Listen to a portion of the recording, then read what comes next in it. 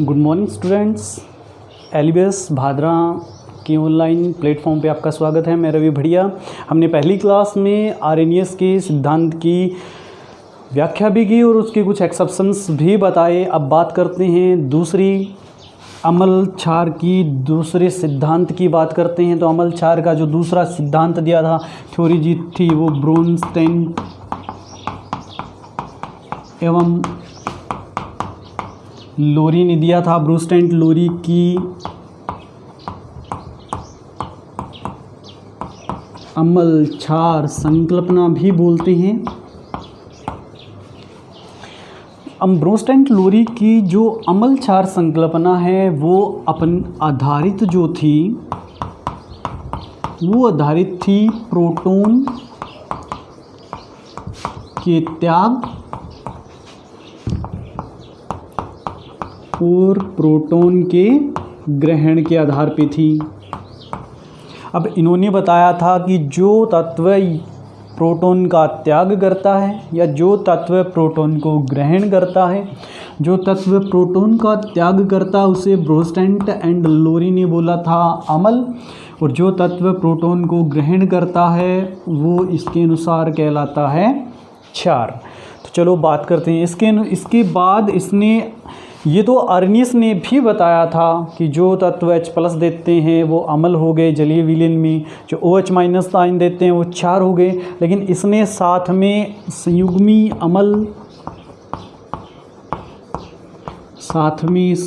अमल एवं संयुग्मी क्षार की अवधारणा प्रस्तुत की थी।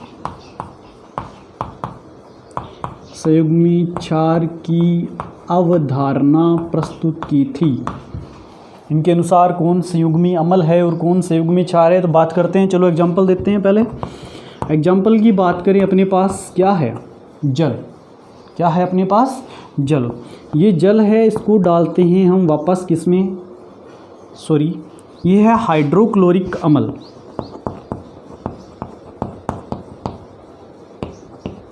ये क्या है अपने पास? हाइड्रोक्लोरिक अमल। हाइड्रोक्लोरिक अमल को हमने डाल दिया जल में, ये टूट जाएगा H+ और Cl- में। अब देखो ये तो हमने आरएनएस में भी किया था। आप कहोगे सर ये तो वही आ गया आरएनएस वाला, लेकिन यहाँ पर उसने तो H+ कहा था आरएनएस ने, लेकिन ब्रोनस्टेन एवं लोरी ने H+ को ही क्या बोला था? प्रोटॉन। क्या बोलते हैं? प्रोटॉन। बात करते हैं, बताता हूँ। वैसे अपने पास अगर हाइड्रोजन परमाणु की बात की जाए तो हाइड्रोजन परमाणु का जो अपने पास परमाणु क्रमांक होता है, परमाणु क्रमांक कितना होता है? 1। इसका मतलब इसके पास एक ही तो क्या मिलेगा? इलेक्ट्रॉन मिलेगा, और इसके पास एक ही क्या मिलेगा? प्रोटॉन। अब प्रोटॉन जो होते हैं वो मान लिया हम परमाणु के नाभिक में होते हैं, और बाहरी जो कोश कक्षा होता है जिसको संयोजकता कक्ष बोलते हैं उसमें इलेक्ट्रॉन पाया जाता है। अब देखिएगा ये है इसका नाभिक, न्यूक्लियस, जिसमें प्रोटॉन है। हाइड्रोजन की बात हो रही है। इलेक्ट्रॉन का ये क्या कर देगा? त्याग। जैसे इलेक्ट्रॉन का त्याग करेगा ये कुछ ऐसे हो जाता है, बाहरी कक्ष संयोजकता कक्ष खाली हो गया। जैसे ही संयोजकता कक्ष खाली होगा ये स्वतः ही नष्ट हो जाता है। तो सिर्फ क्या बचना अपने पास? प्रोटॉन। क्या बच गया?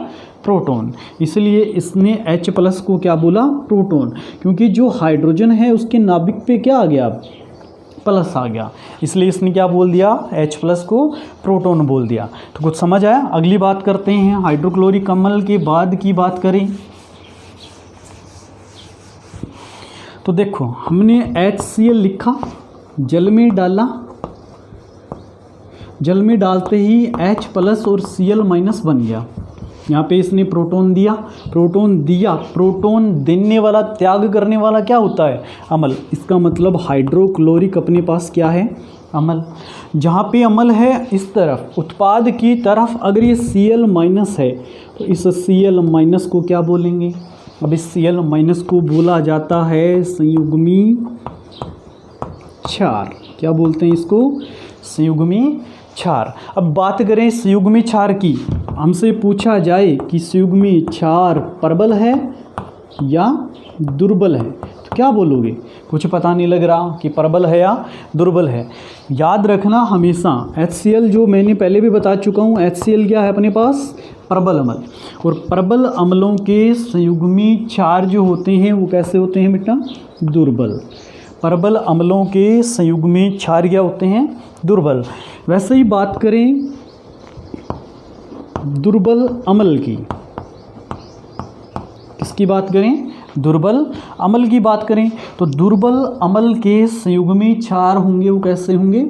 प्रबल होंगे। याद रखना, बहुत सारे कॉम्पिटिटिव एग्जाम में ये बात पूछी जाती है। अब बात करते हैं NH3 की करते हैं। NH3 को क्या बोला जाता है? अमोनिया। NH3 को क्या बोलते हैं? अमोनिया। अमोनिया की, अगर अमोनिया को दे दिया जाए एक प्रोटॉन तो वो क्या बना लेगा? NH4+। इसको बोलते हैं अमोनियम। इसको क्या बोलते हैं? अमोनियम। अमोनिया एक प्रोटॉन ग्रहण करके अमोनियम का निर्माण करता है। तो यहाँ पे देखो इन्होंने प्रोटॉन को क्या किया? ग्रहण। इसके अनुसार अमोनिया क्या हुई? क्षार। अगर ये क्षार है तो अमोनियम को क्या बोलोगे? अगर ये क्षार है तो अमोनियम को क्या बोलोगे? अमोनियम को बोला जाएगा संयुग्मी अम्ल। क्या बोलते हैं अमोनियम को? संयुग्मी अम्ल बोला जाता है।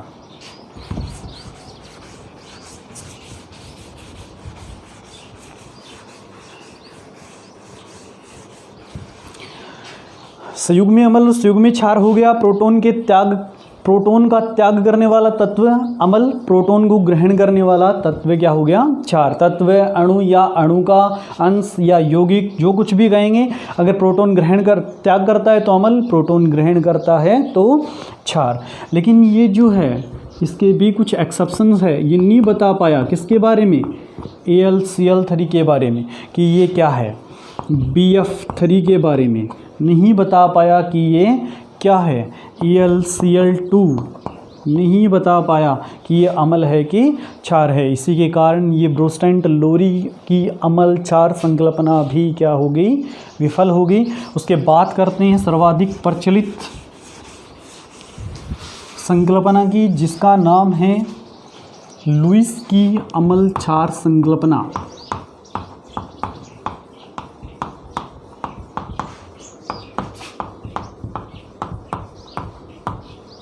लुईस की अम्ल क्षार संकल्पना। लुईस जो था इसकी संकल्पना जो है वो लोन पेयर युग्म। अब लोन पेयर को बोलते हैं एकाकी इलेक्ट्रॉन युग्म।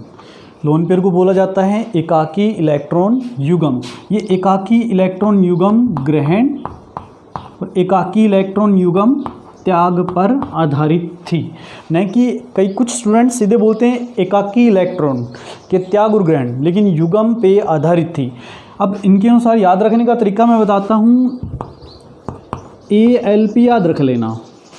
A से बनता है एक्सेप्ट। एक्सेप्ट का मतलब हो गया अपने पास ग्रहण। लोन पेयर का मतलब मैंने बता ही दिया क्या होता है? एकाकी इलेक्ट्रॉन युग्म। और A से ही क्या बन जाता है अपने पास? एसिड यानी कि अम्ल। तो वे यौगिक जो एकाकी इलेक्ट्रॉन युग्म को ग्रहण करते हैं क्या कहलाते हैं? अम्ल कहलाते हैं। और इसका जस्ट उल्टा हो जाएगा,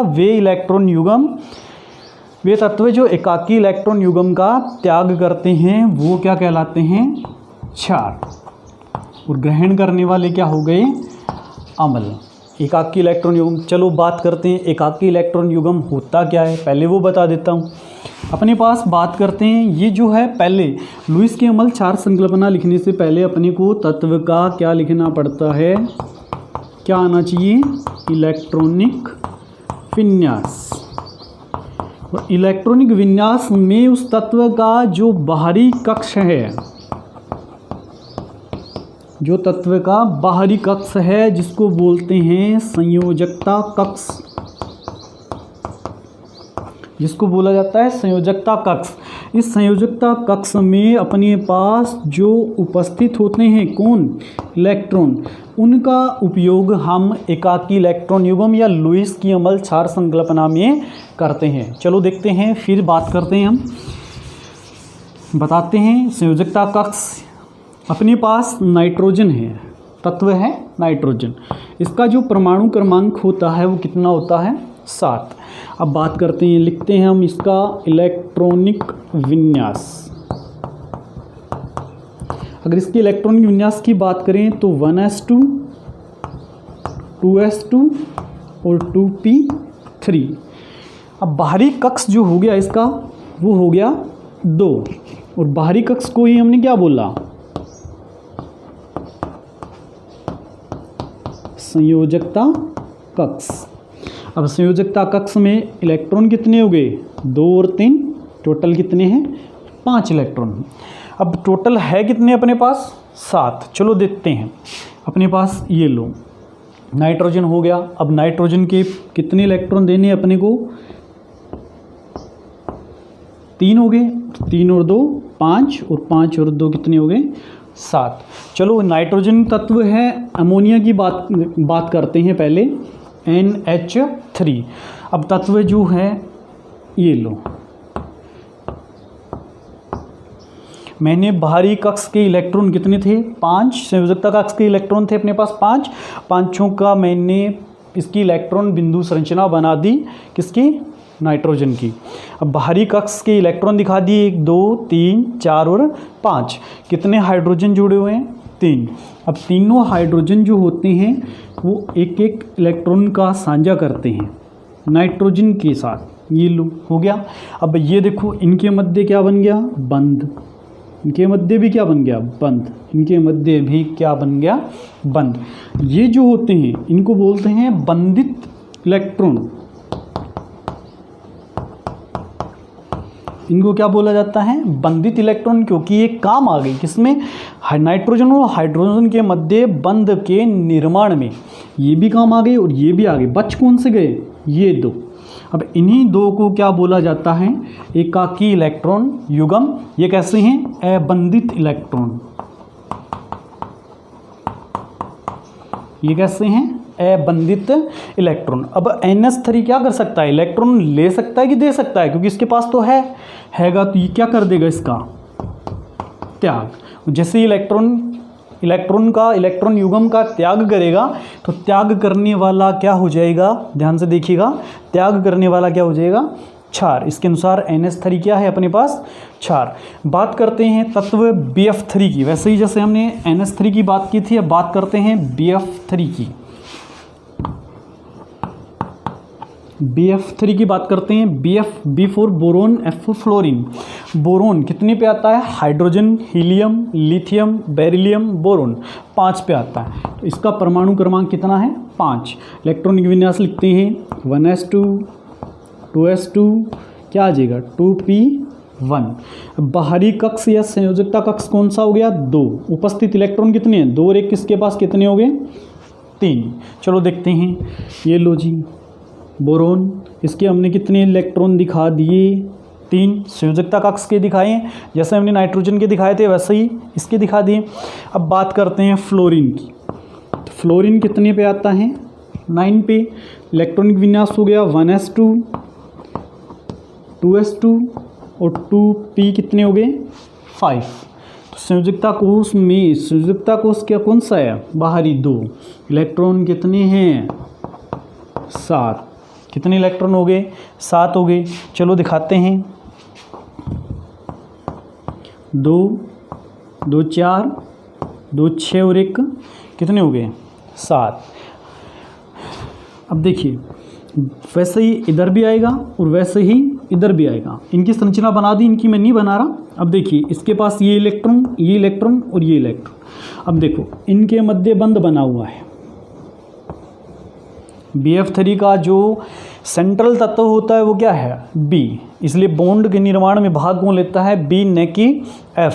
देखिए बोरोन जो है इन्होंने एक इलेक्ट्रॉन का साझा किया फ्लोरीन के साथ और बंध बना लिए। अब इसके पास कोई एकाकी इलेक्ट्रॉन युग्म नहीं बचे। देखिए 2 2 4 और 2 6। अब कोई तत्व है वो अपने स्थायित्व के लिए बाहरी कोष में संयोजकता कोष में या तो 2 इलेक्ट्रॉन रखना चाहेगा या 8 या 18 या 32 तत्व रखना, 32 इलेक्ट्रॉन रखना चाहता है। कोई भी तत्व अपने स्थायित्व के लिए 2, 8, 18 और 32 इलेक्ट्रॉन रखना चाहता है, क्योंकि वो क्या हो जाता है स्थायी। फिर वो क्या हो जाता है स्थायी। यहाँ देखिए नाइट्रोजन के पास 2, 2 4, 2 6 और 2 8 एकाकी इलेक्ट्रॉन युग्म है, त्याग करेगा। यहाँ पे इसके पास है नहीं, तो ये क्या करेगा एकाकी इलेक्ट्रॉन युग्म का ग्रहण। और जो एकाकी इलेक्ट्रॉन युग्म को ग्रहण करते हैं वो क्या कहलाते हैं, अमल कहलाते हैं। तो चलिए देखते हैं हम।